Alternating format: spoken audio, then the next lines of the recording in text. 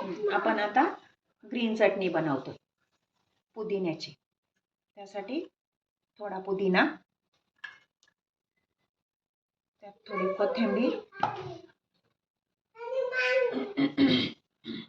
आणि 5-7 लसूण पाकळ्या आणि 4 हिरव्या मिरच्या आणि थोडा लिंबाचा रस.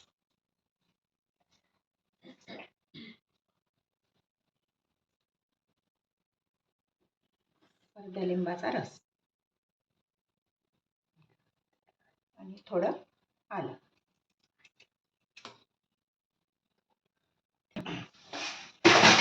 थोडं आलं आणि 2 चमचे डाळवं आणि चवीनुसार मीठ. आता आपण हे मिक्सर मधून काढून घेऊ. ही झाली आपली ग्रीन चटणी तयार.